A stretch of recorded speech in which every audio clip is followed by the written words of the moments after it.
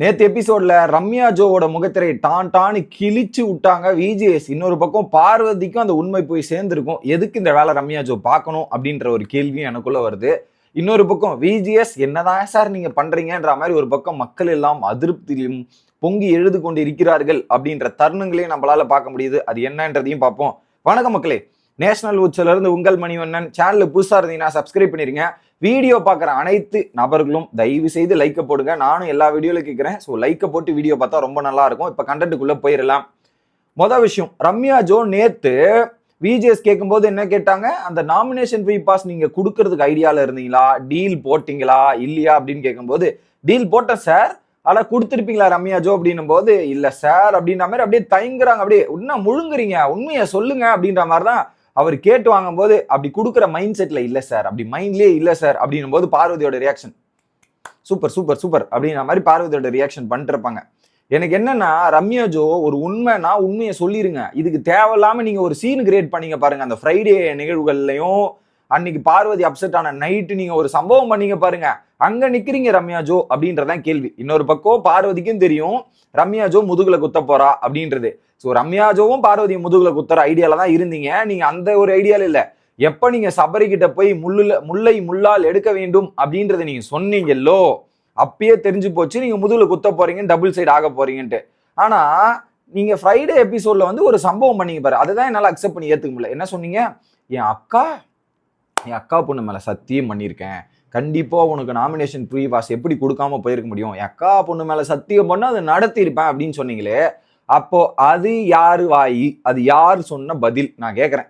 அப்போ ஒரு வாய் பேசுச்சே, அந்த வாய் இன்னைக்கு காணோம். அந்த வாய் அப்ப அன்னைக்கு பேசின வாய் உண்மையான வாயா, இன்னைக்கு பேசுற வாய் வந்து உண்மையான வாயா?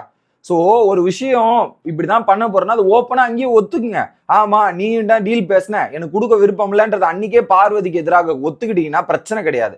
அன்னைக்கு பார்வதிக்கு எதிராக ஒத்துக்காம அப்படியே பார்வதி கிட்ட ஜஸ்டிஃபை பண்ணிட்டு நியாயப்படுத்திட்டு நான் நல்லவன் ரிஜிஸ்டர் பண்ணி ஒரு இமேஜ் வாங்க ட்ரை பண்றீங்கல்ல, அதுதான் நான் தப்புன்னு சொல்றேன். ஒண்ணு கொடுக்க மாட்டேன்னு சொல்லிட்டு போங்க ஓப்பனா. அதை விட்டுட்டு எதுக்கு நீங்க அங்க போயிட்டு பார்வதி முன்னாடி நான் அப்பெல்லாம் இல்ல கொடுத்துருப்பேன், நீ தான் என்ன நம்பலன்ற மாதிரி நீங்க ஒரு இமேஜ் கிரியேட் பண்ண ட்ரை பண்றீங்களா, அந்த இமேஜ் தான் நாட் அக்செப்டபிள். நானும் கொடுக்குற விருப்பம் இல்லைன்னு சொல்லிட்டு போனா முடிஞ்சு போச்சு. சுபிக்ஷா மாதிரி சொல்லிட்டு போங்களேன் கொடுக்க விருப்பம் இல்லைன்ட்டு. அதுக்கப்புறம் வந்து கேட்கும்போது அதுல உங்களுக்கு வராதுன்னு தெரிஞ்சதுக்கு அப்புறம் நீங்க ஒரு நல்ல ஒரு வேஷம் போட்டு நான் இப்படி பண்ணிருக்க மாட்டேன்னு நீங்க உங்க இமேஜை காப்பாத்த ட்ரை பண்றீங்களே, அதுதான் ரொம்ப தப்பா இருக்கு. இந்த இடத்துல அப்பட்டமா நீங்க மாட்டிக்கிட்டீங்க அப்படின்றதான் நான் பாக்குறேன். ஓகே, இந்த இடத்துல நீங்க மாட்டிக்கிட்டீங்க அப்படின்றது நான் பாக்குறேன். இன்னொன்னு, அதுக்கப்புறம் ரெண்டு சைடும் நீங்க மாத்தி ஊம குத்தா குத்துறது, ரெண்டு சைடு மாத்தி பேசுறது. ஸோ இந்த டபுள் கேமர் விளையாடுறத நிறுத்திங்க. நீங்க சொன்ன டைலாகே உங்களுக்கு சொல்றேன் ஸ்பெஷலா. மக்கள் பார்த்துட்டு இருக்காங்க, நம்ம வீட்டுக்குள்ள இருக்கிறது பாசிட்டிவா நெகட்டிவா மக்களுக்கு புரியும். மக்கள் பார்த்துட்டு தான் இருக்காங்க, தயவு செய்து புரிஞ்சுக்குங்க ரம்யா ஜோ, அது நல்லதுக்கு இல்லை அப்படின்றத சொல்லிக்கிறேன். ரெண்டாவது, விஜிஎஸ் இருக்கார் இல்லையா, விஜிஎஸ் இன்னைக்கு எல்லாரும் அந்த அன்சீன் ப்ரோமோ பார்த்துருப்பீங்க. நிறைய பேருக்கு அந்த ப்ரோமோ எங்க இருக்குன்னே தெரியல. ஜியோ ஹாட் ஸ்டார் தமிழ் அப்படின்ற மாதிரி போய் பார்த்தீங்கன்னா யூடியூப்ல அந்த சேனல் இருக்கும், அதுல போய் பார்த்தீங்கன்னா அந்த ப்ரோமோ வரும். ஸோ டெய்லியும் வருதுங்க, 2 செட் ஆஃப் ப்ரோமோ. ஒன்னு இதுல வருது, இன்னொன்னு அதுல வருது. 2 செட் ஆஃப் ப்ரோமோ வருது, அதுல நீங்க பாத்தீங்கன்னா தெரியும்.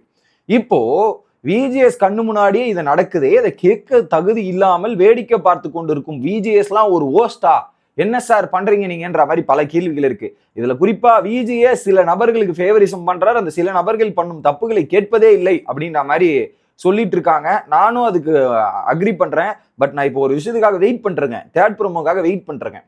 ஏன்னா அதுல நான் எதிர்பார்த்த சம்பவம் வரலன்னா அடுத்து நான் வரேன், ஒரு சம்பவத்துக்கு வரேன். அதனால தான் வெயிட் பண்றேன், ஒரு விஷயம் சொல்லாம வரட்டும்.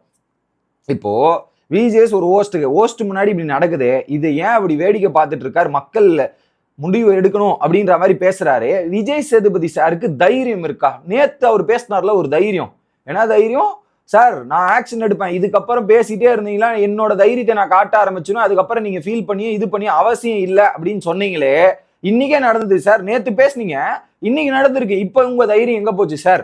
நேத்து என்ன சொன்னீங்க, ஸ்ட்ரிக்ட் ஆக்ஷன், இதுக்கப்புறம் அந்த அசட்டு தைரியம் எல்லாம் இருந்ததுன்னா நாங்க எங்க வேலையை காட்ட வேண்டியது இருக்கும், மக்கள் வரையும் போக வேண்டிய அவசியம் கிடையாது, நாங்களே எடுத்துருவோம் அப்படின்னு சொல்லி இன்னைக்கு என்ன சொல்றீங்க, மக்களே நீங்க பாத்துங்க, மக்களே பாவம் பார்க்க வெளியே வந்து இதெல்லாம் பாத்துங்கன்னு மக்கள்கிட்ட ஏன் சொல்றீங்க? நீங்க அப்புறம் அந்த நீங்க பேசின டைலாக்கே நீங்களே முரண்படுறீங்களே, வாட் இஸ் திஸ்?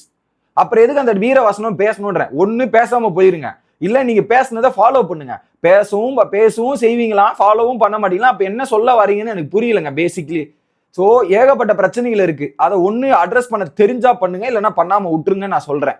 இதுல அட்ரஸ் பண்ற மாதிரி பண்ணிருவீங்களா? திரும்ப நடந்தா அதை இப்போ ஒரு விஷயத்த ஒரு வார்னிங் கொடுக்குறீங்கன்னா அது திரும்ப நடந்தா அதுக்கான ஆக்ஷன் எடுக்கணும். இப்ப நீங்க ஆக்ஷன் எடுக்க மாட்டேங்கிறீங்க.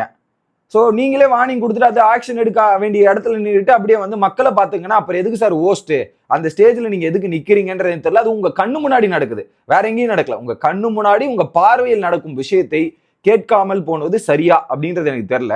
இன்னொரு பக்கம் இப்ப எல்லாருமே போட்டிருக்காங்க கமல் சார் இருந்தா இப்படி பண்ணிருப்பாங்க. இதே மாதிரி சுச்சுவேஷன் 2 வாட்டி நடந்திருக்கு. So Big Boss season 2 Tamil அதுல பாத்தீங்கன்னா ஐஸ்வர்யா தத்தா இவங்க எல்லாம் பேசிட்டு இருக்கும்போது கொஞ்சம் ஓவரா போயிடுவாங்க. உடனே வருவாரு, உள்ள வருவாரு, டோரை திறக்கிறேன் 5 நிமிஷம், டோரை திறக்கிறேன், வெளியே போறவங்களாம் வெளியே போயிரு, டோரை திறக்கிறேன் வெளியே போ அப்படின்ற மாதிரி சொல்லி ஒரு பயத்தை உண்டாக்குவாரு.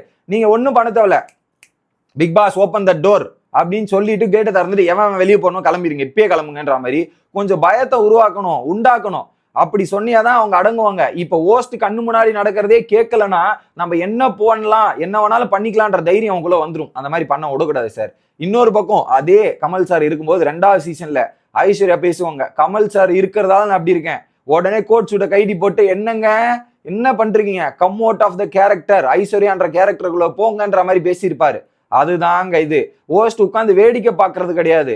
ஸோ உங்களை பார்த்தா அங்க வந்து கொஞ்சம் இது இருக்கணும், மரியாதை இருக்கணும், பயம் இருக்கணும், எல்லாமே இருக்கணும். அவங்க எதுவுமே இல்லாம பண்றாங்க. ஸோ இது வந்து போற போக்குல பாத்தீங்கன்னா அது உங்களுக்கு நல்லது இல்லை, ஷோக்கு நல்லது இல்லை, பார்க்குற ஆடியன்ஸுக்கும் நல்லது இல்லை அப்படின்றது தான் நான் சொல்றேன். இது பல பேரும் அவங்க தரப்புல இருந்து பல விஷயங்களை சொல்லிட்டு இருக்காங்க. ஓகே, ஸோ தயவு செய்து நீங்க மாத்திங்க சார். ஷோக்கு நீங்க ஒரு உங்களோட இமேஜ் இருக்கு, அந்த இமேஜை நீங்க கெடுத்துக்காதீங்க அப்படின்றதான் நாங்க சொல்ல வரோம். இன்னொரு பக்கம் சேனல் தரப்புல இருந்து ஷோ தரப்புல இதெல்லாம் சொல்றாங்கன்றதுக்காக இது this is a basic thing. எனக்கு தெரிஞ்சு உங்க கண்ணு முன்னாடியே அப்படி நடக்கும்போது நீங்க கேள்வி கேட்கணும். அந்த இடத்துல இருக்கீங்க, கேள்வி கேட்டிருந்தா நல்லா இருக்கும். அது கேள்வி கேட்காம போனது தப்பா இருக்கு என்னோட புரிதல் படி. உங்களுக்கு என்ன தோணுதோ அப்படின்றத மக்களே கமெண்ட் செக்ஷன்ல போட்டுருங்க. Bye guys.